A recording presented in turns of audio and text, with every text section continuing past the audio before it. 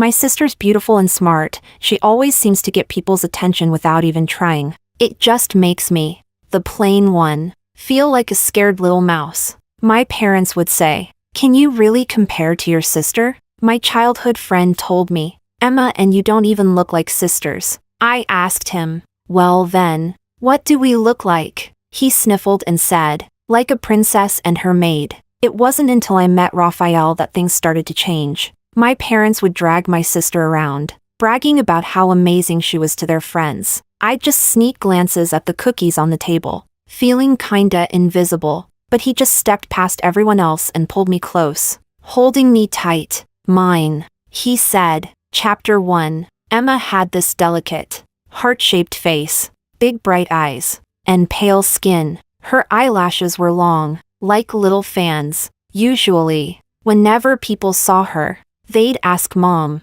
"Is your daughter a kid model or something?" Mom would just press her lips together and smile, saying, "No, no, not at all," with this quietly proud look. And then I'd call out, "Mom." The person would look surprised, spotting me, the kid with a runny nose and cheeks all red from the cold, and ask, "Is this your daughter too?" Mom's mouth turned down into a very plain expression and said, "Yeah, the younger one." That person laughed and said, "Aren't you afraid all the nutrients in your stomach got taken by the older one?"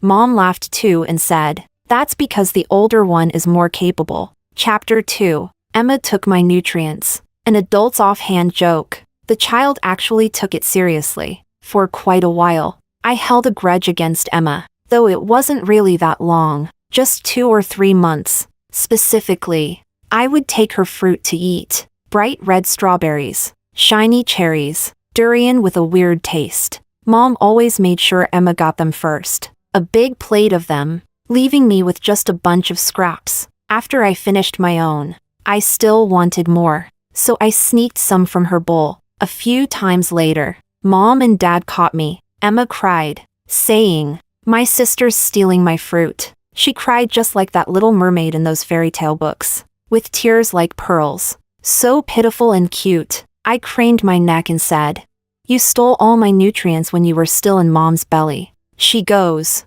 "I didn't. I just kept nagging." "You totally did." I got so worked up, making faces and pulling all kinds of crazy expressions. Emma just made me look like some kind of scary monster come to life, like a bitter old witch teasing a little princess. Mom got so mad. She grabbed a hanger and spanked me. "What nonsense are you talking about? Ugly enough as it is, and your heart's just as mean." I was jumping all over the place trying to dodge Mom's hanger, begging like crazy, "Okay, okay. I was wrong." Mom put her hands on her hips and said, "Your sister doesn't owe you anything. If I catch you stealing her stuff again, I swear I'll beat you up." Chapter 3. Emma never stole my snacks. So why is she so pretty? And me? I'm just so plain. I honestly don't get it. Why do Mom and Dad always treat her better?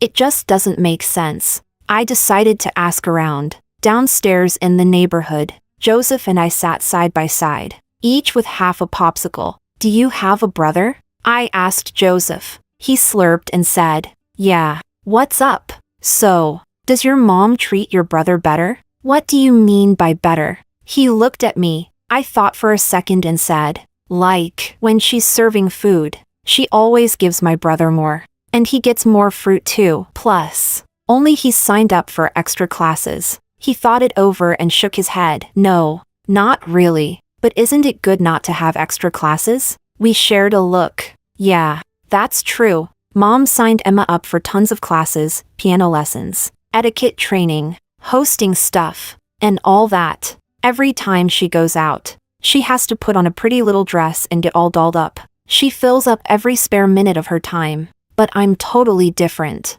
I can just run out and go wild whenever I want. While I was building sandcastles with the kids in the neighborhood, Emma was stuck at tutoring classes. It's gotta be so miserable, thinking about it that way. Emma sounds so pitiful, and just like that, I felt like things evened out inside. Joseph asked, "You have a sister?" I said, "Yeah." He just said, "Oh," and didn't press any further. Only the two of us slurping away could be heard. Chapter 4. I somehow found my balance again. I never threw a fit at home after that. I even felt a bit sorry for Emma. If I wanted to go out and play, I just went out and played, and I had loads of friends. That day, I played with my friends until I completely lost track of time. By the time I noticed, the sun was already gone. The streetlights in the neighborhood were all on. One by one, my friends got picked up by their parents. Some were angry, some worried, some grumbling, and some gentle. They'd all been taken away by mom and dad. Joseph got dragged back by his older brother, who grabbed him by the ear. His brother really looks a lot like him. Actually, he looks even better than Joseph. Before Joseph left, he looked back and told me, "Make sure you get home quick." Ivy. The noisy amusement park suddenly fell silent. That's when I realized I was the only one left. So quiet. I looked up at my house. It's so tall. The living room lights switched on. Why aren't mom and dad coming to find me? I kicked a little stone at my feet. If it was Emma who didn't come home, there's just no way that could happen. Mom's always there with Emma, taking all sorts of classes. I actually could go back anytime, but I don't even know who I'm trying to prove myself to. I just wouldn't take a single step. I crouched down, drawing little cats in the sand, castles, princesses, bows, and all kinds of things. The whole patch of sand turned into my drawing paper, almost filling it all up. People coming home from work were going back and forth, but no one came looking for me. Fewer and fewer people were left in the neighborhood. My stomach started growling. The wind whispered through the leaves. There was a rustling sound, like a ghost tearing through the trees. My spine stiffened. I didn't dare look back, and I just ran. I sprinted to the building, jumped into the elevator, and pounded on the door. It felt like a ghost was right behind me. 3, 2, 1 more second and I'd be caught. I was almost crying from panic. Chapter 5. The door opened. Bright white light spilled out from inside. The ghost disappeared in an instant. I wasn't caught. Mom opened the door, saw me, and let out a huff. "Where did you go this time? It's so late coming home. I left some food for you, in the pot." I was caught up in this weird happiness, like I'd just survived something I'd brought on myself. I just smiled silly and said, "Thanks, Mom. Hurry up, change your shoes, and come in for dinner." Emma was in the living room watching cartoons. I quickly finished my food and joined her to watch. It was a little detective story. The old lady's ruby had been stolen. There were 4 suspects. One of them showed up, a guy with a round, pancake-like face, tiny eyes, and those sneaky, shifty eyebrows. I said, "It's definitely him." Emma shot me a quick look but didn't bother replying. I said, "Believe it or not, let's make a bet. If I win, you have to give me half your allowance." She didn't say a word, playing it all cool. I stared at her, eyes wide. She got annoyed, clicked her tongue, and said, "Reasons." I said, "He just looks like trouble." "Oh," Emma said, "he actually looks a lot like you." That made me even madder, and I was about to snap back. Mom called out, "Emma, come practice your piano." Emma's face just dropped. She went by, barely willing. I couldn't help feeling a little smug all of a sudden. Kept on watching the TV. Mom said, "Ivy, no more watching. Your sister's got to practice piano. Don't bother her." I let out a muted the TV, and kept watching anyway. Stupid TV station. Every time they're about to reveal the real bad guy, it's like, see you next episode. Another whole week to wait. Chapter 6. I was seriously full of resentment. So much that even Joseph noticed. We each had our own swing, rocking back and forth. He said, "Who's bothering you now?" I got really mad. I went off on the TV station. Joseph said, "I think it's him too, he looks like a giant rat." We shared a look. High five, best friends. "When you went back last time, did your mom yell at you?" "Nope," I said. He looked totally jealous. Like, "Your mom's so nice." I didn't say anything. Something just felt off. Right then, Emma came back from her extra class, probably piano. She was wearing a beautiful pink tulle dress, with sparkly clips in her hair. Mom was holding her hand from a distance as they walked home. I called out, "Mom, Emma!" Mom waved and shouted from afar, "Don't stay out too late." Emma glanced back once, then walked away with Mom. As I turned, Joseph dropped his popsicle onto the ground. It landed right in the sand. "What are you doing?" Joseph opened his mouth wide and pointed at Emma walking away. "Is that your sister?" I replied, "Yeah." He looked at Emma, then at me, then at Emma again. "You weren't adopted, were you?" I got pissed. "You big idiot," Joseph said. "Your sister's like a princess." Honestly, I kinda think Emma's like a princess too, but right then, I really didn't feel like agreeing with him. He noticed I wasn't replying, and went on, "You and your sister don't even look like sisters. What are you thinking about?" He paused, then said, "Like a princess and her maid. Who has a friend like that anyway?" I nudged Joseph. He fell into the sand, all covered in it. "Hey, I'm just being honest. You dead pig." I shook him off and ran away. "We're not friends anymore." I was so mad I almost started crying. When I got home, I tore up the little card Joseph had given me into tiny pieces. Joseph is such a dumb pig. Clearly, we're the real friends. Even if his brother's better looking, I wouldn't say it to his face. Tiny bits of paper were scattered all over the floor. Mom saw it. She snapped at me. "Ivy, what are you doing now?"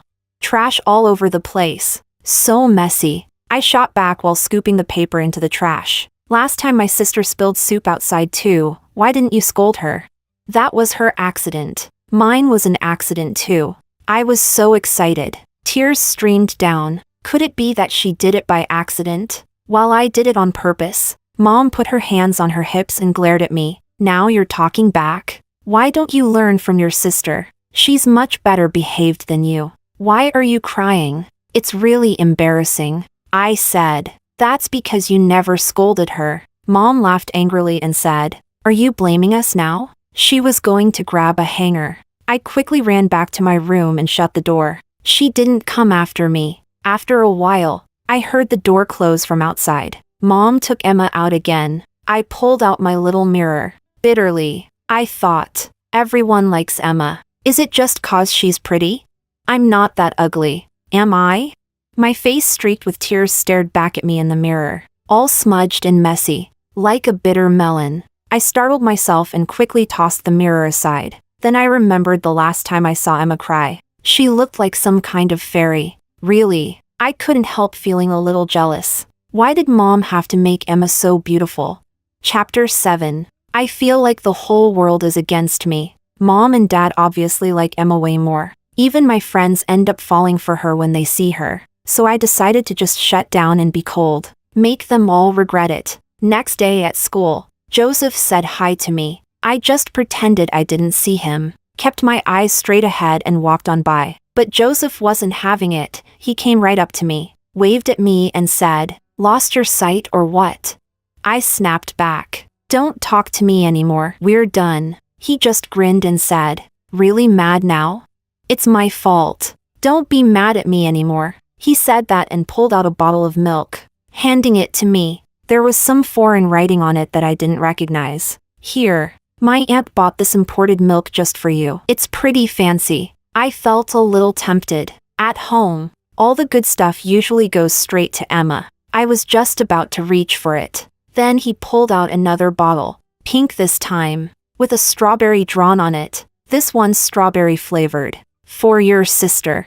The hand I just stretched out immediately pulled back. Joseph didn't even notice. "Strawberry sweet, she's definitely gonna like it." I didn't say a word. I hurried past him. Joseph called out from behind, "Ivy, Ivy." Dinner after dusk. I kept my face cold. I ate without a shred of warmth, put my bowl back in the kitchen just as coldly, then sat in front of the TV to watch cartoons with the same chill. But nobody noticed. Mom spotted that Emma hadn't touched the garlic, but she didn't notice how cold I'd become. My cold streak lasted until the cartoon show ended. The real culprit turned out to be a kindly-looking old man, not that guy who looked all sly and sneaky. Ugh. Damn it. I totally failed trying to win big with just a little bet. I stole a nervous glance at Emma. She just snorted. I felt a little hurt and said, Okay, I'll admit defeat and split my allowance. Who even cares about your tiny bit? She shot back. She said it like it was nothing. I yelled, Mom, I want a raise in my allowance. Mom said, what you get now is enough. Can't it at least be half of what my sister gets? I tried to sweet talk her. Come on, Mom, please. Mom was cold. Your sister plays piano, hosts, sings, and her grades are good. Ivy, what do you have? I froze for a second. Yeah, I don't know how to do anything. I haven't signed up for any after-school classes. I mumbled. That's 'cause I haven't learned anything. Do you think just learning something means you actually know it? Mom's face went cold, like she didn't want to say more. Okay, Emma, go practice the piano. The piano's soft melody floated out again from Emma's private music room, mixed with Mom's voice praising her. So amazing. I just stared at the TV, feeling kind of blank. The bright colors blurred into huge patches right in front of my eyes. Watching cartoons used to be one of the things that made me happiest. But now, I just feel, especially sad. Chapter 8. I curled up under the blanket and cried. It was damp and stifling. Somehow, I don't even remember when I finally fell asleep. The next morning, my eyes were all puffy. I kept my head down and gulped down breakfast, then hurried back to my room. There was a knock at the door. Mom went to open it. Hi, Aunt. I'm here looking for Ivy. It was Joseph's voice. I was planning to stay mad at him for another week, but I never expected him to come all the way here to ask me to forgive him. I breathed a sigh of relief, and then felt a little comfort settle in. Even Emma didn't have any friends coming over to hang out with her. So, I decided to forgive Joseph. That's what I was thinking. I covered my eyes with my hands, trying to make the swelling go down faster, but I waited for a long time. Still, I didn't hear Joseph calling me. Instead, I could hear people chatting in the living room. Every now and then,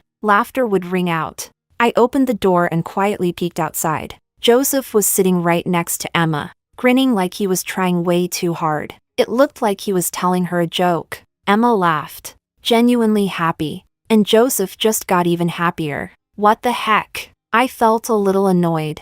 I decided I'd never forgive him again. Joseph caught my eye and blinked in surprise. Ivy, what happened to your eyes? Mosquito bites. I muttered vaguely. I mumbled. Emma burst out laughing. Hey, does she look like that round, pancake-like face or what? Now with smaller eyes. She's even more like it. Joseph hesitated, then laughed and nodded along. Like, they were laughing and teasing each other. What a humiliating blow. I shot back. Angry. No, you're the one who's like that. You two are the absolute ugliest in the entire world. Uglier than pigs. I slammed the door shut, my anger boiling over. Outside, I could still catch their soft whispers faintly through the door. I sneaked a glance at myself in my little mirror again. Maybe I'm really not that much like them after all. At best, I'm like a big old rat, and I'm more like a tiny little mouse. But little mice aren't ugly, with big eyes and a small nose and mouth. I'm kind of cute, actually. Still, I pouted quietly to myself. I'd talked myself down again. Chapter 9. When Joseph left, Mom told me to see him off downstairs. I didn't want to. Mom said, "That's rude." So I took him out with a cold face. Joseph sneaked a glance at me. Ivy, don't come over anymore. I said, if you do, don't say you're here for me, just say it's for Emma. I don't want to be friends with you anymore. Joseph got snappy. What? Emma's way prettier. I'd rather be friends with her. I sniffed, showing I wasn't impressed, judging people by looks. Joseph snapped. Aren't you just the same? Seeing that round, pancake-like face and calling him a bad guy. You're the one judging people by looks. I froze for a moment. He looked like he'd found the perfect weapon and pressed on. You're just jealous that your sister's prettier than you. He said it like it was obvious truth. No wonder you never talk about your sister with me. You don't go around bullying Emma at home, do you? Haha. Ivy, you kind of seem like that bad girl. He said it all with a teasing grin. His face stared back at me from the elevator door's reflection. The metal's pattern stretched and twisted that face into someone I didn't recognize. I pressed my lips tight. My eyes burned so much they couldn't even shed tears. Jealous? Maybe, but I never said a bad word about Emma in front of anyone. Never. Joseph is my friend. He knows. And I've never complained about Emma to him either. You're really disgusting, I said. Joseph froze. He turned his head to look at me. I looked straight into his eyes and said every word slowly. I really regret being friends with you. I'm not playing with you anymore. I guess I made it clear I was serious. Joseph caught on and shot back annoyed. You think I care? Fine. I'm not doing it. I'm friends with Emma. The elevator arrived. He walked out still glaring at me. Don't you dare.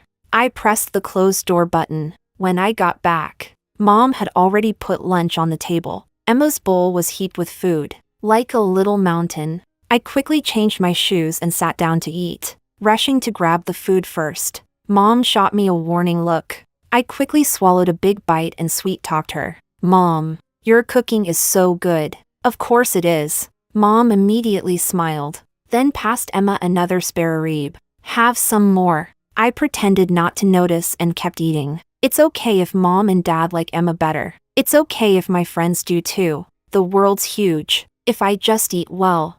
Grow up fast. One day I can get away from here. Definitely. There has to be someone who likes me just a little bit more. Chapter 10. I never spoke to Joseph again. When we bumped into each other around the neighborhood, we just pretended not to know one another. He didn't hang out with Emma either, because Emma was always so busy. My life went on just like before. School in the morning, coming home in the afternoon, holidays, playing, getting scolded by Mom. Saturday afternoon, Emma, unusually, didn't head off to piano practice. Mom and Dad were dressed up, saying they were going over to someone else's place for dinner. Mom put Emma in a pretty little dress and braided her hair into cute little braids. She put on a sparkly little crown, turned her head, and reminded me, make sure you dress nicely. I pulled out a little floral tee I usually don't dare to wear and clipped on a bow hairpin. But Mom didn't even glance at me. She just held Dad's and Emma's hands as they stepped out together. I followed behind them. I caught a quick look at myself in the elevator mirror and gave myself a little mental pep talk. I'm kind of cute, actually. Mom and Dad led us into a huge villa. We walked through a gorgeous garden. Dad was chatting with a man. Mom held Emma's hand tight and proudly introduced her to the pretty aunt. This is my daughter, Emma. She plays the piano and even hosts events. Her teacher says she's got real talent. Emma chirped. Hello, Auntie. The pretty aunt smiled and gently ruffled her hair. I stood off to the side, waiting for Mom to mention me, but Mom quickly shifted gears and asked, what about your kid? The aunt gave a small, awkward smile. He's in his room, should be down soon. He doesn't really say much, Mom said. The two kids are about the same age, perfect for playing together. Aunt just smiled quietly. No one paid any attention to me, so I ended up sneaking peeks at the little cookies on the table. Bright, colorful English letters. They somehow looked delicious. Suddenly, I heard footsteps from upstairs. Someone was coming down. I couldn't help but look toward the sound. That was the first time I saw Raphael. From what I knew, Emma was already really beautiful, but Raphael was even more striking than she was. The teenager looked like a piece of white porcelain in a display case. Delicate, so finely detailed, but with a chill that kept people at arm's length. Everyone just naturally leans toward beautiful things. Mom immediately gushed. This kid really got the best qualities from both of you. Even Emma couldn't help but smile at him, but I was working hard to stop judging people by their looks. So I only stole a quick glance. Then I forced myself to look back at the little cookie. Aunt said, Raphael. This is Aunt. This is Emma, the little sister. And this is, can I sit over there for a bit and grab one to eat? I guess. But I still need to check with Aunt. A faint, gentle chill of fragrance suddenly wrapped around me. I found myself caught tightly in someone's arms. I looked up, stunned. His face was so close. His eyes were a pale shade, like the softest hint of ash gray in an ink wash painting.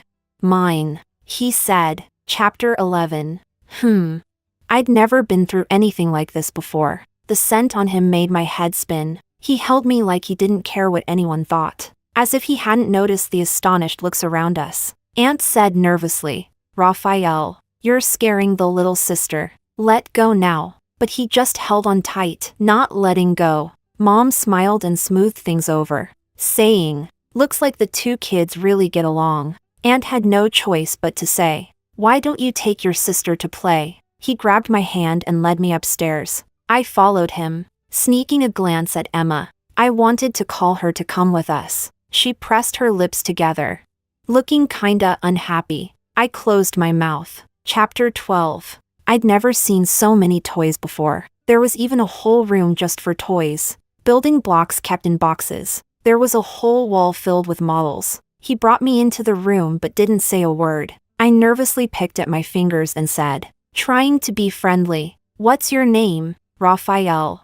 "My name's Ivy." The teenager looked at me with these clear, sharp eyes. "Maudo." "No, it's Ivy." I corrected him, but he just kept saying, "Maudo." What a weirdo. I got kind of annoyed.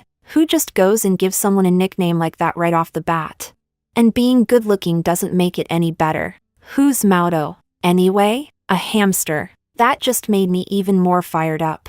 Do I really look that much like a little rodent? Where is it? In the yard. I really wanted to see just how much it looked like. Let's go take a look. The teenager's long lashes drooped a little. "I can't see it," he said. "It's dead." I got choked up all at once. I wanted to comfort him, but Raphael just kept staring at me. He's nothing like my friends. Quiet, a little distant, hardly ever smiles, probably doesn't have many friends. So, mine really just meant I was like his hamster. For a moment, I actually caught his train of thought. I softened a bit. "Okay, well, I really am Maudo. I'm back to be your friend again." The teenager's eyes flicked over me, looking kind of weird, like he thought I was silly. "Maudo is a hamster. You're a human."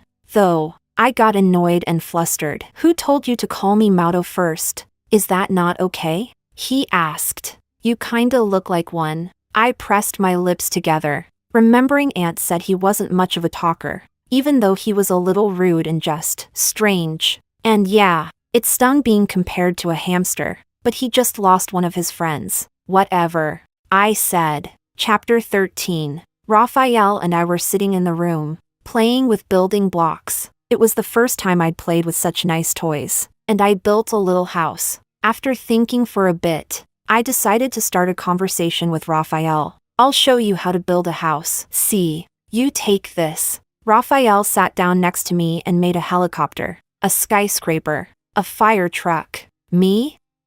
I just went. So I went back to playing by myself. Then the door behind us opened. Emma came in. Raphael didn't even look her way. He just kept his head down, watching me keep building my castle. Emma walked toward us. Her footsteps thumped loudly. I looked up at her and asked, "Wanna play together?" She just ignored me, sneaking a quick glance at Raphael. Whatever. I lowered my head and kept building my castle. Raphael didn't say a thing either. Suddenly, the whole room went quiet. After a while, Emma stomped her foot and stormed out. At dinner, seeing all the food on the table, my eyes kept lighting up. Lobster, big crab, cola chicken wings, sweet and sour ribs.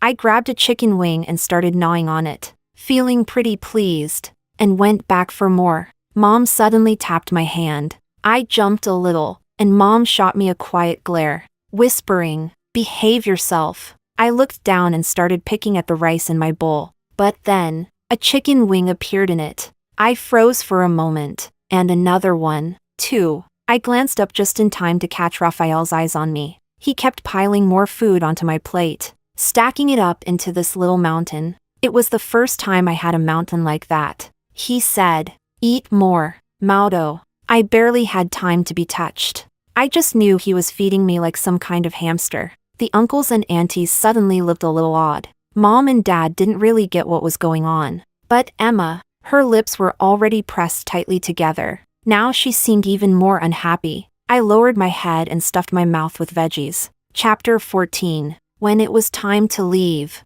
the uncles and aunties walked us to the door. The grown-ups were still chatting away. Aunt smiled and said, "Come again soon." Mom and Dad nodded along. Emma looked downcast, slipped on her shoes, and stormed outside. Mom and Dad noticed right away, quickly said their goodbyes, and ran after her. I was still crouching down, tying my shoelaces. Then I quickly picked up the pace. After a moment, I turned back and said, "Bye, uncles and aunties." The kind auntie smiled at me, ruffled my hair, and said, "Ivy, why don't you come over and play with Raphael next Saturday, okay?"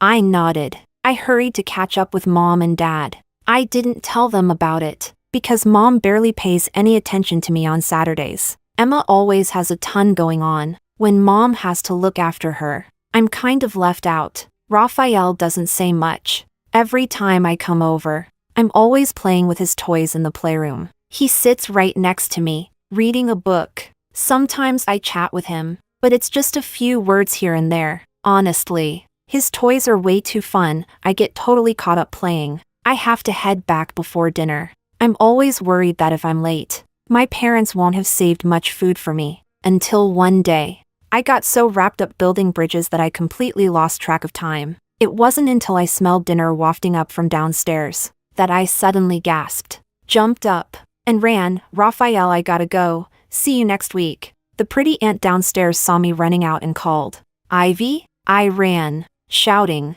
"Bye, Auntie. I'm heading home." She grabbed my arm and smiled. "I made food for you. Stay and eat, okay? Auntie'll take you home later." I glanced at the kitchen filled with that tempting smell, then back at the door, hesitating. "Mom and Dad." She gently patted my head.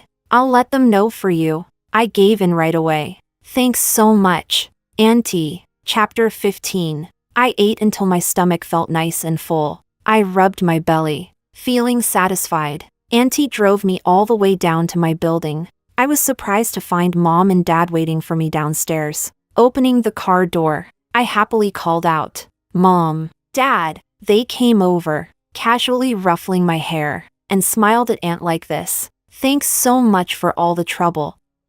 I didn't even realize Ivy kept coming over and bothering you." Aunt smiled warmly. "Ivy is really sweet. The two kids get along great, and Raphael loves playing with her too." Hearing that made me a bit happy. I couldn't help but smile. Aunt turned to me and said, "Come again next week, Ivy."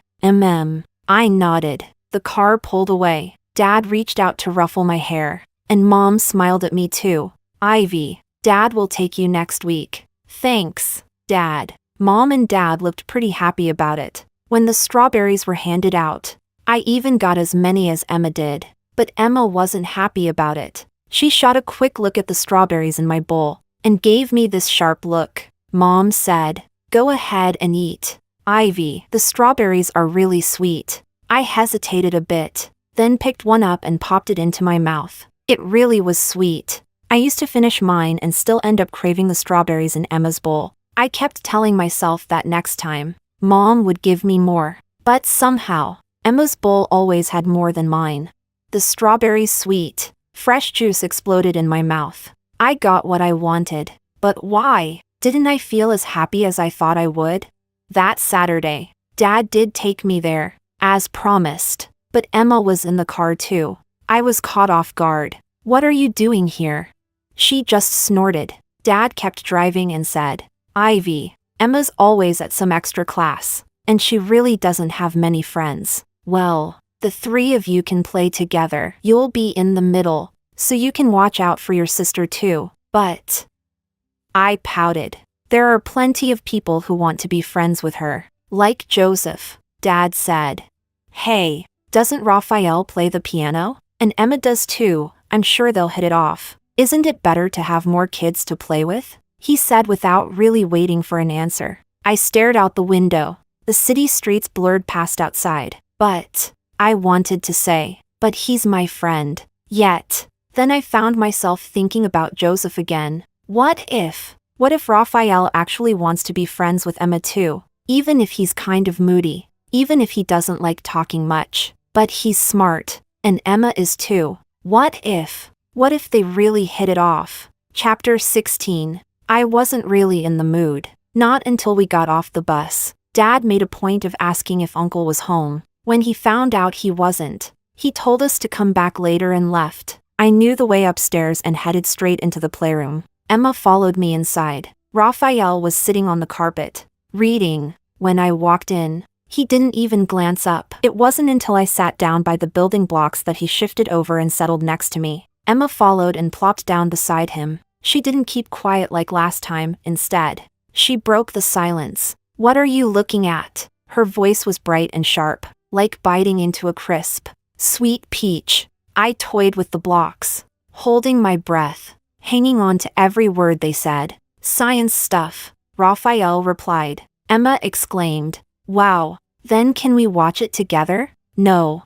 She hesitated, almost choked out the words. "You play piano?" I can do it too." Emma smiled, her eyes sparkling and curved like little crescents. "What level are you at now?" "Not passed yet." "Then can you play Beethoven's Pathétique?" "Yeah, I can." "Awesome. I can too. How about we give it a try together?" I stole a quick glance. Emma blinked, her lashes fluttering, so sweet and pretty. I didn't even recognize the staff notation. I felt kind of down, pretending not to have heard anything. I held the building blocks, but they just wouldn't snap together. "Don't want to," he said. Emma's smile froze. I guess she probably never met someone as odd as Raphael. Though honestly, he talks to me the same way most of the time. I just try to be patient. But Emma's used to people always smiling at her. So running into Raphael was a whole different story. There was this weird silence hanging in the air for a moment.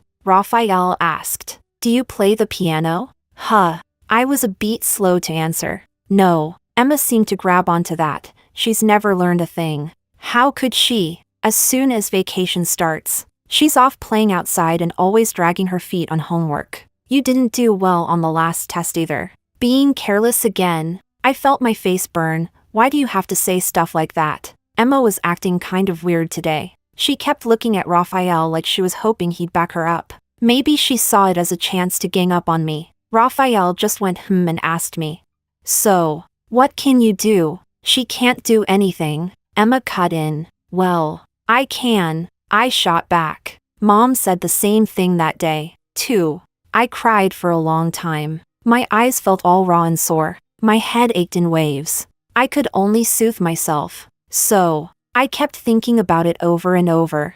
I can weave flower strings, make butterflies and stars, and I can tell stories. The aunt downstairs once asked me to look after the little sister, and I ended up telling her 8 or 9 stories straight. And there's more I can do. The more I talked, the more I started to believe it myself. But Emma just snorted and laughed. I shot her a glare. She was about to say something. "That's pretty amazing," Raphael said. "I don't know how to do any of that." Chapter 17. Emma stormed off that day, furious. After that, she never went to Raphael's place again, but I went there every week. To be honest, I like Raphael, mostly because he has so many toys I've never gotten to play with. Even though Raphael doesn't say much, but I played with his toys. That means I have to look out for him. The pretty aunt said Raphael doesn't like talking and doesn't have any friends. But actually, whatever I say, he always answers me. So I think of him as one of my good friends. One day, when I was coming back from Raphael's house, I walked past the playground in the neighborhood and saw Joseph sitting by himself on the swing, slowly going back and forth. I pretended not to see him and tried to slip past on the other side. "Ivy." Joseph called out to me. I pretended not to hear and picked up my pace. He jumped down from the swing and chased after me. "Ivy." He grabbed my sleeve. I shook him off and turned to face him. His expression was awkward, lips pressed tight, but he said nothing. We just stared at each other. I turned to walk away again. "Hey." He quickly caught my sleeve again, his voice lowering.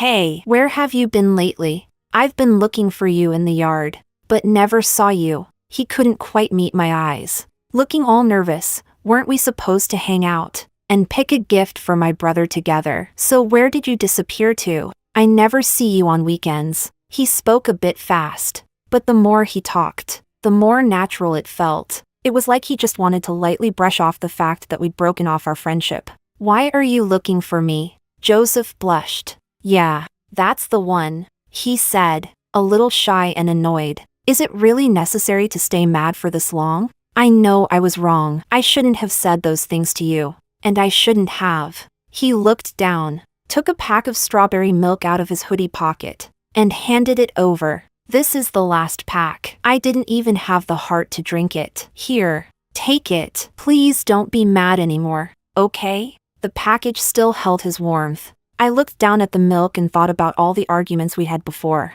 but it was always me who had to reach out first. I guess I never thought it was a big deal. Friends fight all the time and then make up. More than my pride.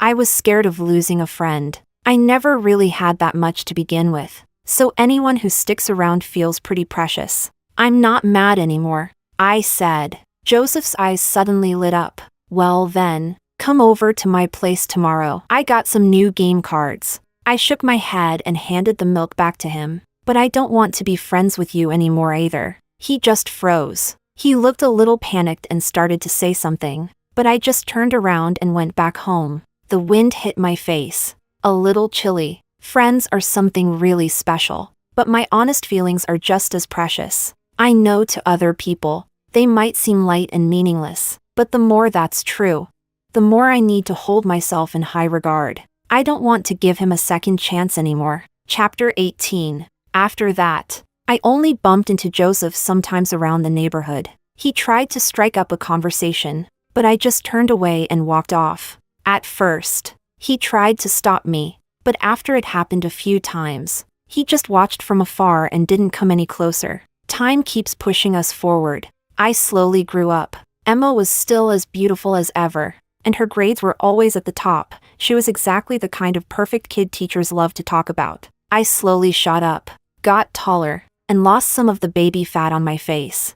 Though I was still a long way from being pretty, but I no longer sat there staring, comparing the strawberries in her bowl like I used to when we were little. I started making more friends. Even on weekends, I never missed going to Raphael's place. Building blocks and models slowly got replaced by piles of exercise books and study guides. We'd often sit side by side at that big desk in his room, each buried in our own homework. Once Raphael got a bit sharper, he stopped calling me Maudo. It wasn't until later that I realized he'd started calling me Ivy instead. I remember being totally surprised, but he just seemed totally cool with it. He'd grown up so much. Now he was a whole head taller than me. That shy kid who barely spoke had turned into someone icy and tight-lipped, basically becoming one of those high and mighty types everyone talks about. Like, whenever we did homework together, Raphael dug into his bag and pulled out 4 or 5 sweet-smelling pink envelopes. I made a little sound, even more excited than him. Like, a love letter. Wow, he just hummed and casually set it aside, then pulled out some Olympiad problems to work on. While doing my homework, I kept rambling. Hey, guess what? Someone in our class is dating now. That day after school, they were holding hands and someone saw, and I was like, how come that girl used to only bring water to that boy? Boys and girls, all those first-time feelings of love, the ones of us without a crush were actually even more excited than they were. Oh yeah, my sister. You remember, the really pretty one, she always has people confessing to her too. Emma grew up even more beautiful. She was like the queen of our grade. When I first got to class, a lot of people asked me, hey, Ivy, what's your deal with Emma? I'd just say, she's my big sister. They'd go and instantly get all friendly and close. But then I realized I wasn't that close to Emma myself, and they slowly started ignoring me. Some boys even tried to use me as an excuse to walk home together. But honestly, they just wanted to talk to Emma. I've been used to all this for so long. Now I just laugh it off like it's no big deal. Raphael tapped my notebook with his pen and said, you got it wrong, you forgot to convert the units. I quickly backtracked. Mom even told her not to start dating too early. He turned his head to look at me. The teenager's eyelashes were long and delicate. His skin was pale and cool like jade, glowing softly like porcelain in the light. His eyes sparkled. I looked him in the eye. Even after being friends for years, I still couldn't help getting hit hard by his up-close good looks. Wow, I said, you're really beautiful. Raphael was speechless. He just lowered his head and kept working on the problem. I kept writing too, but inside, I was thinking, Making friends with Raphael when we were kids turned out to be such a lucky break. Chapter 19. At the end of the year, Mom wanted to invite Raphael's family over for dinner. Before we left, Mom made a point to remind me to dress neatly. Emma wore a skirt. I was bundled up in thick clothes, and when I caught sight of a stretch of her bare leg beneath the skirt, I blurted out, "Aren't you cold?" She fixed her hair in the hallway mirror and shot me a glance through it. "This is called the bare leg magic trick, newbie." I rubbed my hands together. She took a quick look me up and down and laughed. "That's really what you're wearing?" "Yeah, this is how I dress when I go to his place." I stayed calm. Emma choked back a laugh and shot me a sharp look. "Don't fool yourself, he's not into you. You're so plain, and you're always hanging all over him. Seriously, have some shame. He only thinks of you as a friend. Honestly, you should know your place." I wondered to myself, we've always just been friends. What else could it be? She rolled her eyes and walked away. The dinner was held in a really nice private room at a fancy restaurant. Emma naturally slid into the spot between Mom and Aunt, sitting straight-backed with that sweet smile of hers. I had just sat down when Raphael just casually came over and sat next to me. He politely said hi to my parents. He's definitely growing up and getting more understanding. I felt a little something inside. The adults made polite small talk, and pretty soon the conversation turned to the kids. Sure enough, Mom kicked off her usual Emma's latest achievements rundown. She went from Emma's recent test rankings to a new English speech award she'd won, then on to her dream high school. She just didn't stop talking. The uncles and aunties smiled politely and nodded here and there. Mom asked Raphael what his high school plans were, and he kept it simple. "No, one middle school." "Well, what a coincidence," Mom said, surprised. Emma got into no, one middle school too, but we don't know if she'll make the honors class. It's kind of perfect if you both end up at the same school. You can watch out for each other. They asked Raphael how his recent exams went, and when they heard that insanely high score, Mom quickly added, "Emma still needs to push harder. She was off by more than 10 points in math this time." Ugh, high school's gonna be tough. Math's always been her weak spot. Aunt had been quietly smiling the whole time, then suddenly turned to me and asked softly, "So, Ivy, where do you want to go for high school?" My grades have always been kind of average. Sometimes when I do well, I sneak my way up the ranks a bit. I just shrugged and said, "We'll see how far I can get. I'll do my best." Mom shot me a quick look and said, "This kid has no ambition at all. Nothing like Emma. She's always known exactly where she wants to go. Straight to no, one middle school." Aunt just smiled and said, "I think Ivy's doing just fine, steady and optimistic. As long as she's happy and healthy, that's what really matters for a kid." Mom was a bit caught off guard, her smile faltering. She took a sip of her tea and didn't say anything more on the subject. Chapter 20. After dinner, the grown-ups were deep in conversation, going from talking about the kids' education to work and investments. Inside the private room, the heat from the heater and the steam from the food combined to make things feel a bit stuffy. I'd almost finished eating and was starting to feel a little trapped. So I whispered, "I'm gonna step outside for some fresh air." No one even noticed. I quietly slid my chair back and slipped out. Out in front of the restaurant, the cold winter wind hit my face. Luckily, I was bundled up tight, so I wasn't really cold at all. After a moment, I caught the sound of soft footsteps behind me. Raphael stood right next to me. He wasn't wearing much to keep warm. The teenager had already shot up, standing tall and straight like a stubborn bamboo shoot. The wind messed up the black hair on his forehead, showing off his smooth skin and sharp brow bones.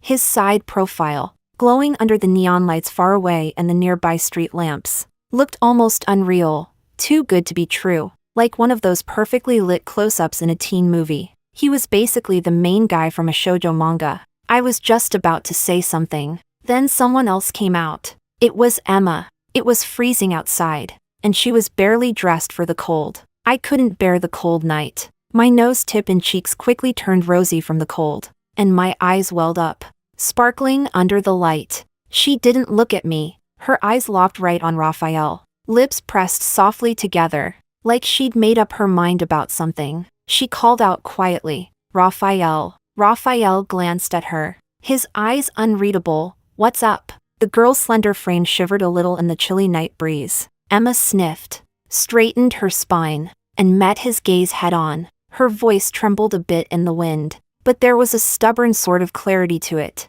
High school entrance exam. I'm definitely going to beat you. Like she was throwing down a challenge. But in her eyes, wet from the cold, I saw something else. A girl's hope, her nervousness, and a hint of that first flutter. Like a little crush beginning to bloom. The star student, my rival, those handsome boys and pretty girls. I could almost piece together the opening scene of some teenage romance in my head right away. So awkward. I quietly shifted over to the side, trying to fade into the background. Then, I heard Raphael's calm voice, a little scattered by the wind. Oh, just one word. Her face flushed, then went pale again. But in the end, she didn't say a thing. Emma bit her lower lip, tears welling up fast, almost spilling over. Suddenly, she spun around, yanked open the door, and ran inside. Chapter 21. It felt like watching the opening scene of a drama, but the guy still seemed clueless. I awkwardly rubbed my hands together. Raphael turned his head toward me and asked, "Cold?" A fly was rubbing its hands together. I shook my head. "No, I'm not cold." Our eyes met. His gaze was as clear as a lake on a cold night, so pure and bright. Then he suddenly reached out, wrapping both my hands in his palm. His hands were dry and warm, knuckles well-defined. There were even faint calluses from gripping a pen too much. His hand completely enveloped mine. "You're definitely cold," he said, like it was just a fact. I jumped, caught off guard.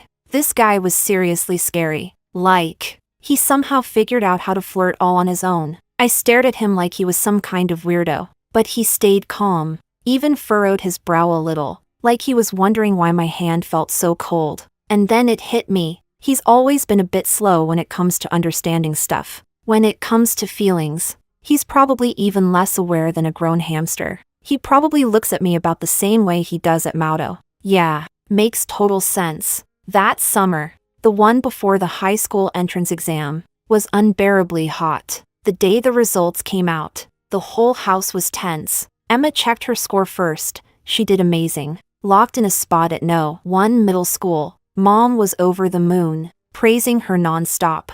And Dad couldn't stop smiling. Emma's face was beaming with a smile. Then she casually asked, "Mom, Raphael, do you know what he scored?" Mom had already found out from Aunt and told us a jaw-dropping high score. Emma's smile faded a little. She pressed her lips together, with a touch of frustration and stubbornness. "Next time, I'll definitely work harder and beat him." Dad chuckled from the side. That's the spirit. They all gathered around Emma, chatting about the cutoff scores and what it'd be like to get into the top class. Full of laughs and good vibes. Meanwhile, I was off to the side, refreshing the results page, a little nervous. Emma saw I was nervous and lifted her chin. "Ivy, what's your score?" The page finally switched over. I stared at the number, blinked, then double-checked the cutoff score again. Looks like I actually made it into No. 1 middle school. The room fell quiet for a moment. Mom came over, peeked at my screen, and checked it more than once. "Really? That was way too close. You just barely scraped by. Pure luck." I gave a sheepish laugh. Emma's smile, which hadn't faded yet, suddenly grew a lot more subdued. Chapter 22. High school turned out to be way busier than I thought. Emma, no surprise, got into the honors class and was still the big star. Not long after school started, she was named Class Beauty, hosted the opening ceremony, totally glowing. Raphael was in his own building, all about the competitions. People talked about him a lot too, that ridiculously handsome competitor. Heard his scores are crazy high. Just kind of cold. Though, my life was way simpler. Classes, homework, and gossiping with my desk mate. And meeting Raphael? That happened way less often. The competition kids have a totally different schedule from ours, so we only bump into each other at school once in a while. On weekends, I still go over to his place to do homework with him. When I got into the second year of high school, the workload got a bit heavier. The pace of studying definitely picked up. Raphael's parents got a driver to take him to and from school, and sometimes the driver picks me up too. On the first day, I opened the car door and got in. Raphael was already sitting in the back seat. When he saw me, he nodded, then tilted his head back to catch a few more Z's. I slid into the back seat and just started complaining to him about how tough yesterday's math homework was, how easy it was to nod off in class, and all that stuff. Emma got in the car a bit late. She glanced at us in the back seat, hesitated briefly, then took the front passenger seat. Inside the car, only my occasional voice and Raphael's brief replies could be heard. Emma sat up straight in the front seat, never looking back. As we got close to the school, Raphael handed me a paper bag. I took a look inside. There was a bottle of milk and a bag of bread. Wow. Thank you, I said with surprise. He said, we won't need to go to the school store during break. I got off the bus. Emma also got off. The door slammed shut loudly. The next day, Emma got up earlier than me. I just stepped outside when I saw her opening the back door and getting into the car. I hesitated for a second, then slid into the front passenger seat. I clicked my seatbelt, and the car fell completely silent. As the engine started, Emma broke the silence with a clear voice. Did you have another test in competition class today? Was it tough? Not too bad. The conversation felt dry, like it was running out of steam. The air inside the car seemed to thicken, heavy with quiet. I turned my head to stare out the window, telling myself I couldn't afford to be dozing off in physics class again. Before I got out, Raphael leaned over, reached past the seat, and handed me a paper bag. I glanced inside. They'd switched it up to coffee and macarons. Thanks. I got off the bus. This time, Emma slammed the car door even louder than yesterday. On the third day, Emma walked right up with her backpack and opened the front passenger door without hesitation. After that, she always took the front seat. Chapter 23. Honestly, my high school life was pretty full. Classes got tougher, but I kept a good attitude. I knew I wasn't that smart, not nearly as sharp as Emma, and nowhere near as gifted as Raphael, but I believed hard work could make up for all that. I hit the books when I needed to, but when it was time to chill, I hung out with friends, gossiped, and got lost in novels. I have no idea when it actually started, but rumors about Raphael and Emma began spreading around school. Did you hear? Emma, the honors class's class beauty, and Raphael from the competition class. Seriously? They even know each other? Looks like their families are close. Someone said they often come to school in the same car. I heard they've basically grown up together, like childhood sweethearts. Whatever. Honestly, I was so plain that gossip just skipped right over me. One break, when I went out for snacks with some classmates, I overheard them buzzing about it excitedly. My desk mate poked me. Hey, Ivy, isn't Emma your sister? Do you think there's something going on between her and Raphael? I thought about it for a bit and said honestly, I don't really know. They just get along like normal. Like normal how? Is there any spark or anything? Someone pushed. Curious. Just normal talking, I guess. I tried to remember. Nothing really special. Everyone went oh, clearly not impressed with such a dull answer. Right then, Emma and a few friends strolled by, laughing and chatting. Someone teased. So, Emma, I heard you and Raphael. Our eyes accidentally met for just a moment. She quickly looked away, smiling. Don't make stuff up, we're just friends. Her friends immediately laughed and joked. Just friends, you know? Senior year felt like someone hit the fast-forward button. It just zoomed right up to me. Nobody was really counting on me to get into a big-name university. Honestly, that kind of took the pressure off. Parents' attention was almost all on Emma, worried over every weekly and monthly test she had, analyzing how her rankings changed. For me, they usually just asked, "Are you keeping up with your studies?" And when I said, "I'm all right," they didn't push any further. I went at my own pace. When it was time to listen in class, I listened. When it was time to practice, I practiced. Whenever I felt worn out, I'd joke around with my classmates, or spend weekends at Raphael's place doing homework and grabbing meals, asking him to help me with problems. Emma, though, started getting really restless, like you could actually see it. Her room stayed lit late into the night more often than not. She began biting her nails without even realizing it, losing strands of hair.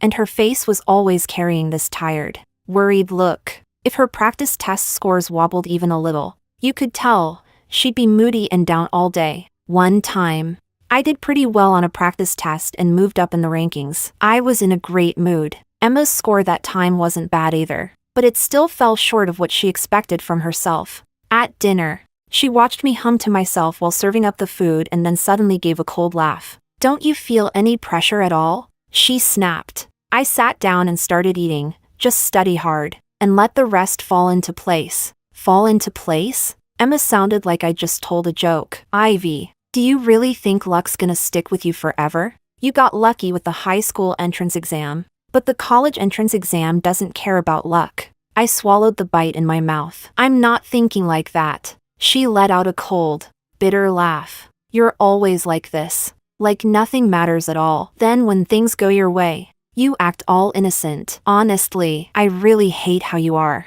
The college entrance exam's all about how strong you are. Just wait and see. She took a few bites, then dropped her chopsticks and went back to her room to study. I just sat there, kind of lost, pushing my food around. Chapter 24. In the last month before the college entrance exam, I was eating well, sleeping soundly, and sticking to my study schedule. Raphael had already locked in his spot, but he still drove me everywhere without fail. On weekends, he'd help me tackle the hardest problems. Emma was drowning in anxiety. She'd cry like clockwork in the middle of the night. Mom and Dad didn't know what else to do but get up and try to comfort her. I was dozing off when faint sobs and quiet whispers pulled me awake. I flicked on the light and saw it was 3 in the morning. The living room light was still on. I slipped out of bed to use the bathroom. There, I saw the 3 of them sitting close together. Emma sat in the middle, her shoulders shaking, Mom beside her, holding her gently and murmuring soothing words. Dad was softly rubbing Emma's back. I tiptoed across the living room toward the bathroom. They were wrapped up in their own world, not even noticing I was there. I stepped out of the bathroom and went back to my room. That cozy little scene got cut off as soon as the door shut. I didn't feel lost or sad at all. Inside, I was completely calm. I even closed my eyes and fell asleep right away. I'd accepted it a long time ago. Mom and Dad's love was like a cake, and Emma got the biggest, brightest slice. And me? Just a tiny piece that kept me from starving. That was supposed to be enough. Chapter 25. When the last bell rang and I stepped out of the exam hall, the blazing summer sun hit me head on. I squinted, feeling this heavy weight on me snap loose with a soft click. The school gate was packed. Parents, flowers, hugs, cheers everywhere. Mom spotted Emma right away and ran up to hug her. How'd Emma do on the exam? Emma let out a long breath, her face glowing with relief. Pretty good. Should be okay. That's good. That's good. Dad gave her a happy pat on the shoulder. Told you, my daughter's the best. Then Mom remembered me and turned around. And Ivy? How are you feeling? I mumbled. It's okay. As long as it's okay. As long as it's okay. Mom said. She nodded, then quickly went back to talking about Emma. If Emma really nails it this time, she might make it to Qingbei. When that happens, we'll have to throw a proper thank you party for her teachers. They were already lost in dreams about the future. I pulled out my phone and saw a message from Raphael. He was hurrying back from out of town. I typed back. Just finished the exam, and then opened the class group chat, filled with everyone buzzing about where to gather and party tonight.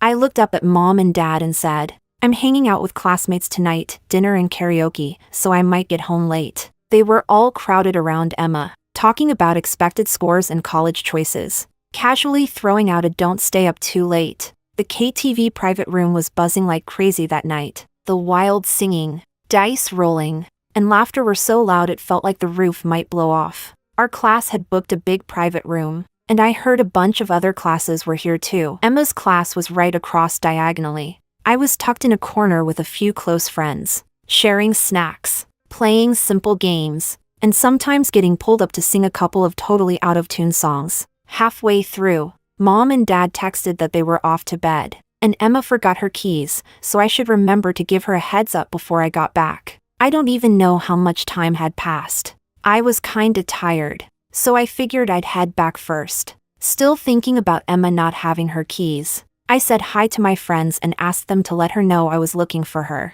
I pushed open the heavy soundproof door, and the pounding music mixed with all kinds of smells hit me like a wall. Inside, the lights were low and shadows flickered everywhere. It was impossible to tell who was who. Some girl I didn't know poked her head out, looked me over, and said, "Looking for someone, Emma?" I said, "I'm her little sister." That girl had this weird look on her face, part sizing me up, part something I couldn't quite place. "So, you're her little sister," she called out. "Emma, your sister's here." The music in the private room got turned down, and the noisy chatter dropped too. All of a sudden, dozens of eyes were fixed on me. Not exactly friendly. There was this mix of judgment and curiosity, like they were quietly enjoying some drama. It was totally baffling. "So, it's you," she said. A girl with short hair stood up, crossed her arms, looked me up and down, and dragged her words out slowly. She said it again. "Oh, so you're that Ivy, huh? The one who's tight with Emma." I just felt even more clueless. "Yeah, that's me. You look pretty innocent. But honestly, you're kinda gross." The short-haired girl let out a quiet scoff, loud enough to be heard but not over the top, just enough for everyone in the private room to catch it. "Huh? You mean me? Who else?" she sneered, playing the other woman like it's nothing. The other woman? I froze for a second. It was so ridiculous. Like everyone was just talking nonsense in their sleep. Still putting on a show? Another guy stood up, sounding annoyed. "You know your sister likes Raphael, but you still shamelessly stick yourself right in the middle, hanging on him every day. Don't you find that gross? Seriously, what a doormat you are." "Exactly," the short-haired girl went on. "Emma already told us, you've been jealous of her since forever. Always trying to take everything from her, and now you're even going after the guy she likes. Lucky for you.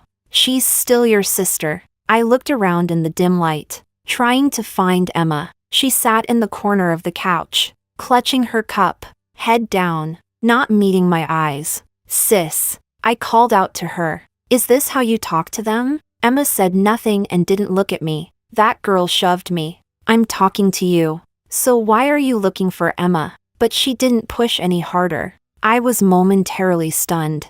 I was speechless. "All right," I said. "Take the phone and call Raphael."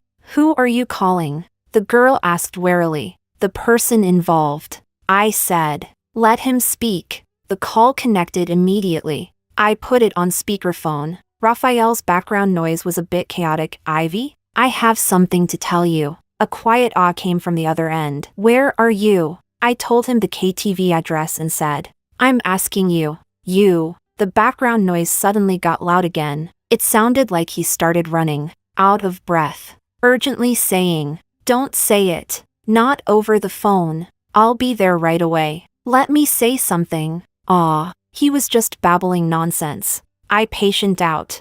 Then he hung up. I heard the busy signal. I looked up. Everyone in the room exchanged glances. Chapter 26. All right then. Better to just say it face to face. I texted Raphael the private room number, then looked over at Emma. She finally lifted her head. The light caught her pale cheek, and her lips were pressed into a stubborn line. "Sis," I said. "Just say it clearly now. It's gonna be less awkward later." She bit her lip tight but still didn't say a word. The short-haired girl got defensive for her and snapped, "Don't you dare threaten your sister." Raphael showed up pretty fast. When he pushed the door open, he was still catching his breath. Sweat had dampened his bangs a little. There was this rare look on his face, like he was urgent, but also kinda nervous. When he caught sight of the private room packed tight with a sea of heads, he froze on the spot, his mind going totally blank. He blinked and then locked his eyes straight onto me. "Ivy."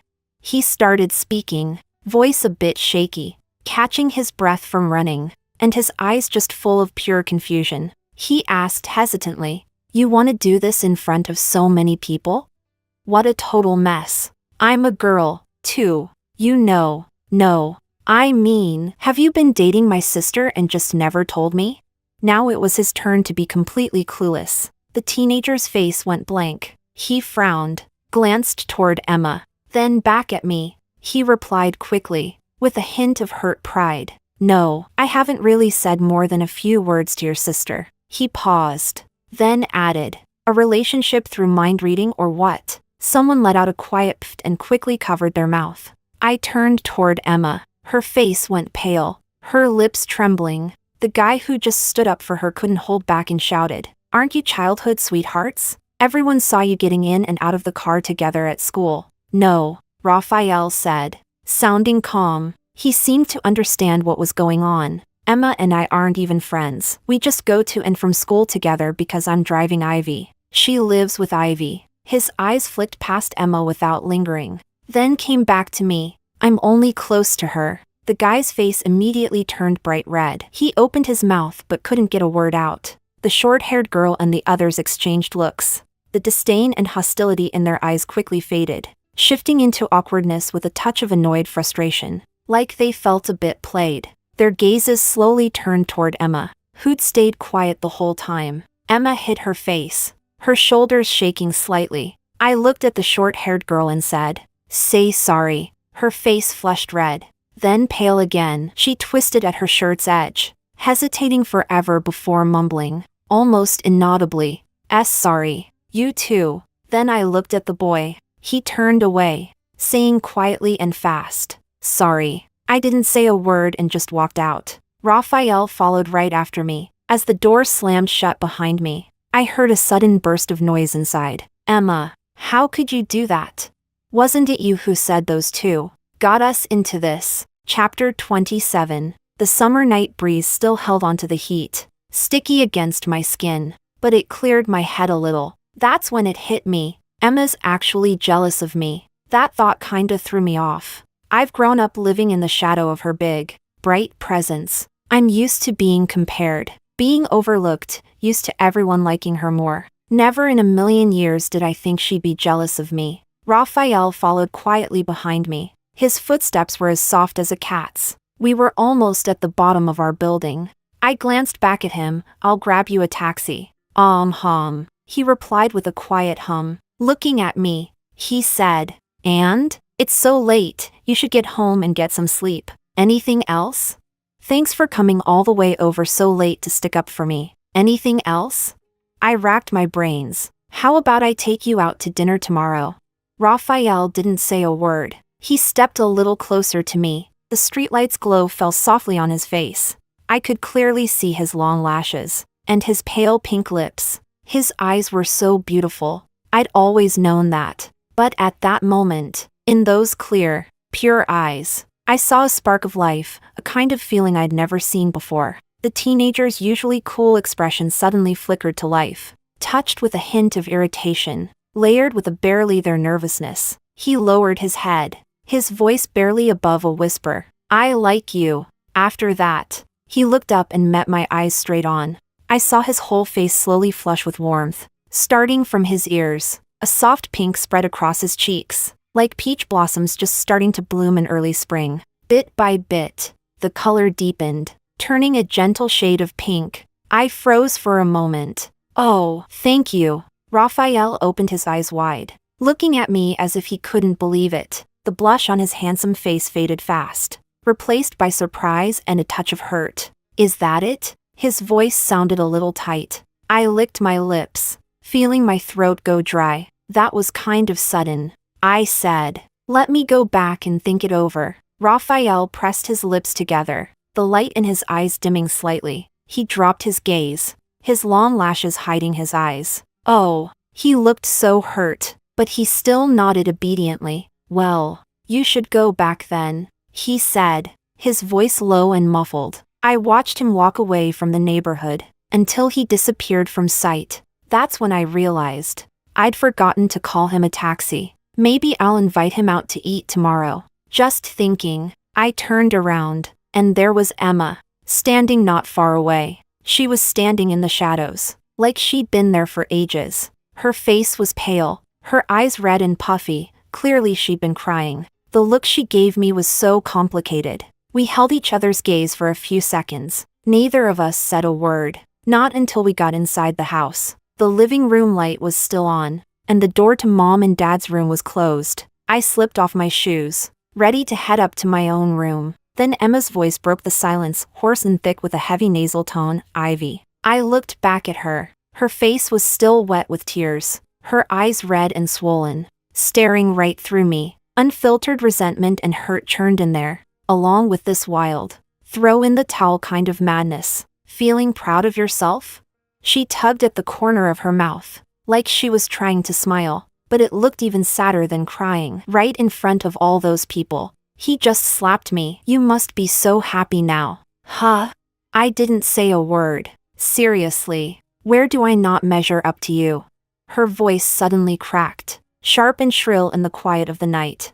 I'm prettier than you, smarter than you, way better than you. So why? Why does he only see you? What's so special about you? She seemed like she was about to dump out all the frustration she'd been holding in for over 10 years. You're so plain, but somehow your luck's always amazing. You barely scraped by the high school exam and still got into no. 1 middle school. You're nothing compared to me. So why are mom and dad suddenly paying more attention to you? Why even the guy I like only ever has eyes for you? Ivy, what gives you the right? You don't know how to do anything. All you do is mess around and giggle like a kid. But why? Why does he still like you? She screamed herself hoarse, tears streaming down, carrying this twisted kind of pain, scarily unfamiliar. I just watched her quietly. So he's supposed to like you just like that? Just because I'm not as pretty or smart as you? There are people out there who are even prettier and smarter than you, so why doesn't he like the prettiest, smartest one instead? She got stuck on my words, her chest rising and falling hard. Emma. I met her eyes and said each word slowly. The world doesn't revolve around you. Just because you want something doesn't mean it's yours. It's not like you're prettier or smarter than me, so you automatically get everything. Liking someone isn't a contest. There's no score to keep. It's something really personal. Like how mom and dad love Emma more, that's just how they feel. I can't change that. But I can decide how I want to live my own life. I said, don't just assume that what I have should naturally be yours. Chapter 28. The day the college entrance exam results came out, the house was tense, as expected. Everyone gathered around the computer in the living room. Emma was the first to check. Her scores and rank were pretty much the same as her practice exams. She let out a sigh of relief. Then almost instantly her face lit up. Mom breathed out, hugged her tight and said, "That's great, I always knew my Emma was the best." Dad broke into a big smile. Not bad. Not bad. As long as she keeps steady. That's what counts. They gathered around Emma, talking about which schools and majors to pick on her application. I leaned in closer to the screen and typed in the exam number. I stared at the numbers on the screen, frozen for a moment. Then I looked again, more carefully this time. Ivy, did you find it? Mom asked quietly, seizing a rare moment. How many? I told them a number. The living room went quiet for a second. Mom turned around sharply. How many? Say that again?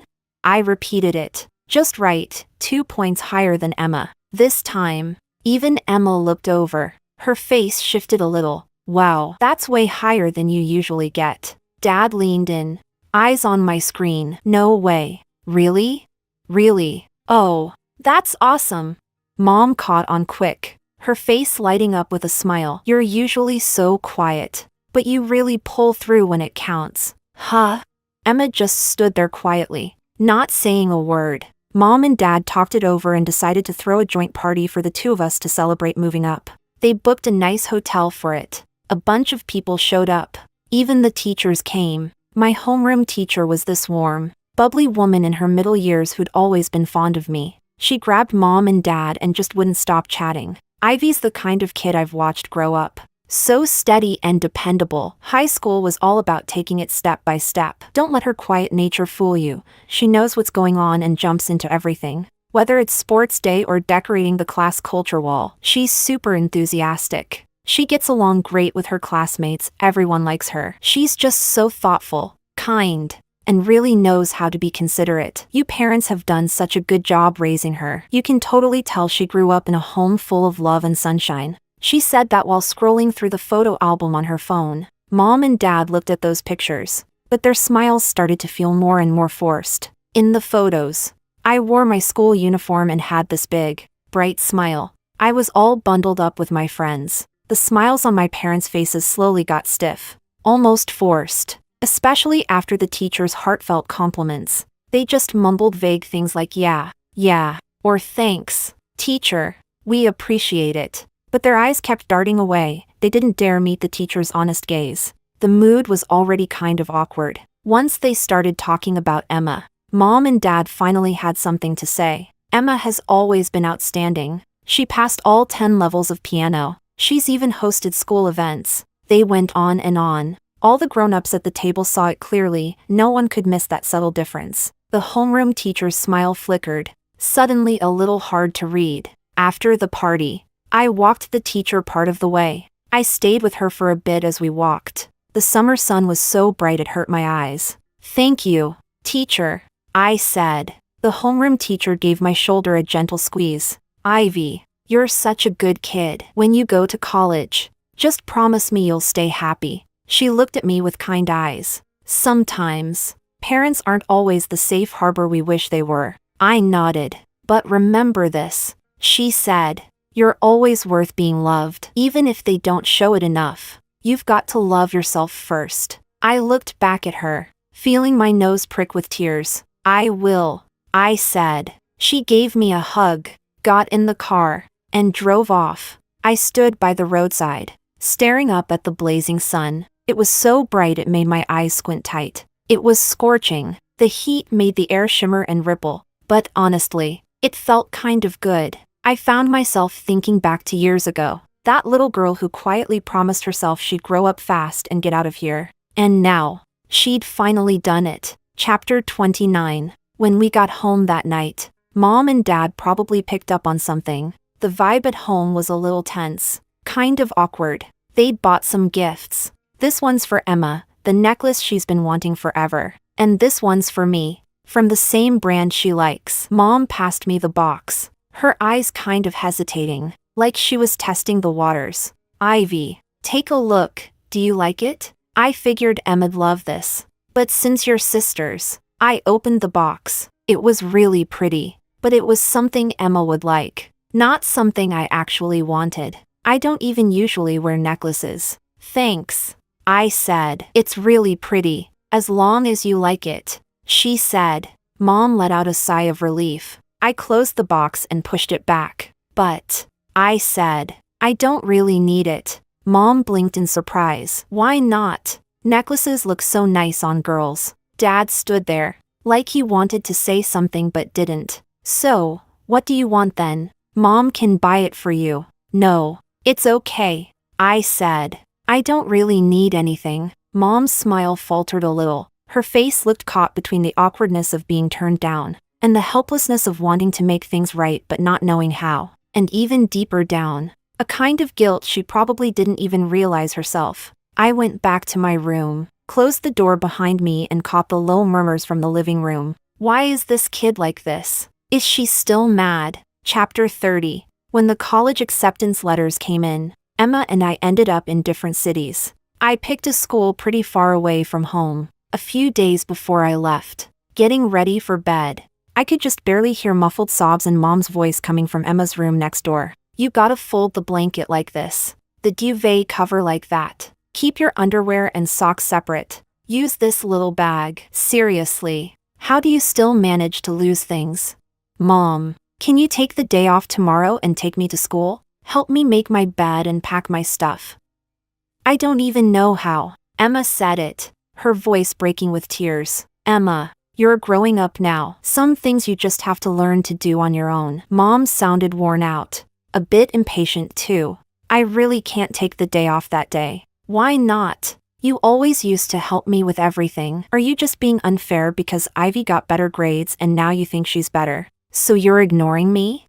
Emma's voice suddenly got higher and sharper. You're being unreasonable. Mom's voice got sharper. A mix of frustration and hurt. What's this got to do with Ivy? She can handle things on her own now, why can't you? We can't be here to do everything for you forever. Her voice faded little by little, until all that was left were Emma's quiet sobs and Mom's tired sighs. After a long time, someone gently knocked on my door. It was Mom. She came in and looked at my nearly packed suitcase with a look that was hard to read.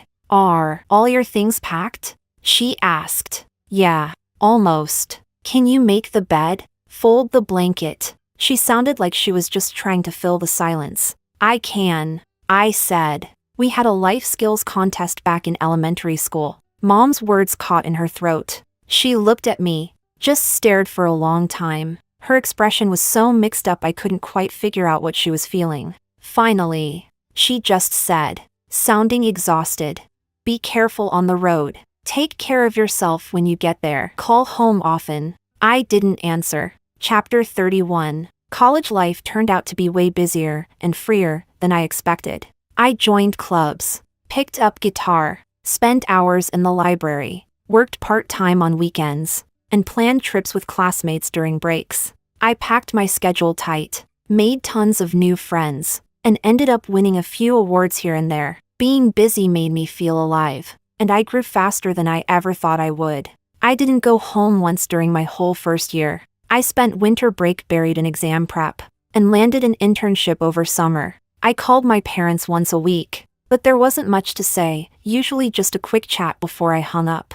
At first, Mom and Dad would ask, "When are you coming home?" But over time they stopped bringing it up, only reminding me to take care of myself. Raphael and I live in the same city. Being in a relationship didn't really change much. We still hung out just like before, only a bit closer now. During summer break in sophomore year, we both stayed on campus. Raphael's parents said they were traveling this way and decided to stop by to see us. When the uncles and aunties arrived, we all went together to pick them up at the airport. As soon as Aunt saw me, she gave me a big hug, speaking warmly. "Ivy, you look a bit thinner than before. Have you been overworking yourself with your studies?" We picked this pretty cozy little private place to eat. The whole meal felt easygoing and warm. They asked about college, and as I shared funny stories and setbacks, their eyes stayed kind, full of nothing but encouragement and support. Aunt was so thrilled to hear I won a scholarship that she wanted to slip me a red envelope.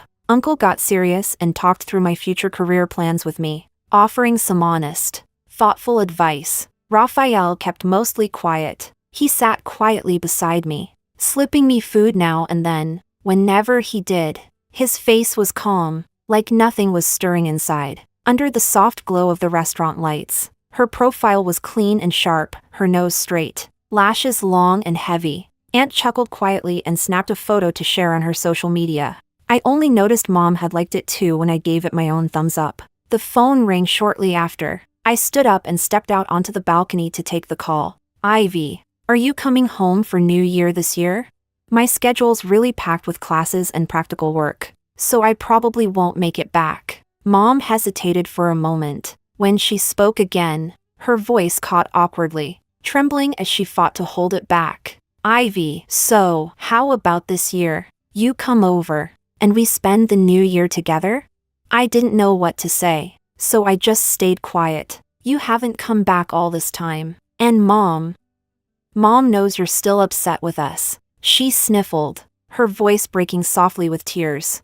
"I'm sorry, Ivy. Mom's sorry. Because your sister's pretty, smart, and picks up everything so fast. Your dad and I just kind of ended up giving her all the best chances, hoping to raise a kid who'd make us proud. We've been ignoring how you feel, but, Ivy, Mom doesn't not love you." Her voice cracked, and finally she broke down crying. "Please don't be mad at Mom anymore, okay? She saw the news on your school's website. You won so many awards. You've lost so much weight again. Has it been really hard? Mom feels terrible." I'd been waiting forever for her to say that. In that moment, it all just felt so light, like a weight lifting off me. Mom finally admitted it. "Because I'm smart. Because I'm pretty." Even though I'd known the answer for a long time, it still made me sad. That sense of helplessness that colored my whole childhood, from beginning to end. So many nights I'd lie under my blanket, quietly crying. So many times I'd watch them laughing and joking around Emma while I felt like I didn't belong. I pictured this moment over and over. That they'd actually see me, realize how unfair it all was, and say, "I'm sorry." It took me years, to finally accept that they don't love me as much. After so many times of being let down, I stopped stretching my neck waiting and started stumbling my way to grab what I wanted. I built myself a little world. Small but strong enough. In that world, I learned to love myself, to cheer myself on, telling myself, Ivy, you're pretty great. My world hasn't needed them in ages. All these years. Finally, I stepped into the bright future I'd secretly dreamed up for myself as a kid. But I don't want to forgive you, Mom, I said. Dad too. The breath on the phone just stopped, like someone suddenly cut it off. You gave me life, raised me, and paid for my schooling. I haven't forgotten that. I won't fall short of the care I owe you in the future. I stared at the scattered city lights far off and said slowly, I can't hate you, but I just can't love you anymore. Let's just leave it at that. Apart from the essentials and those fake family reunions we have to fake during holidays, let's just forget about it. Pretending our family is all happy just ends up hurting me more. I've been hurting for over 10 years. I just don't want to feel that pain anymore. I could hear the endless sobbing coming from over there. I hung up the phone. The terrace door opened. Raphael stepped in. He didn't say a word, just gently pulled me into his arms from behind. His embrace always felt cool and soothing, with a faint, fresh scent, but his hold around my arm grew tighter. I turned into him and buried my face in his chest, listening to his heartbeat. Feeling bad? He lowered his head and softly rubbed my hair with his chin. I shook my head and snuggled against his chest. I'm okay, but I feel a whole lot lighter now. I looked up at him. He lowered his eyes to meet mine, and in those ever so calm, smoky gray eyes, my reflection shone clear. He was so focused. It felt like the whole world had shrunk down to just the two of us. I suddenly smiled and gave his cheek a little pinch. Raphael, you know, when I was little, I was really childish. I even secretly promised myself that when I grew up, I'd find someone who loves me more than Emma does. He let my fingers run wild, his touch softening like snow melting in early spring. So, you did it. He said that, like it was just a fact. Plenty of people already like you. But, he pressed his lips together, his long lashes fluttering. That usual coldness softened just a little, showing a faint, almost stubborn kind of care. Am I the first? With the petty jealous thinking of a kid, I smiled, dragging the last word out. Of course. Nope. Raphael on guard. Who is it? I smiled. Obviously. It's Ivy.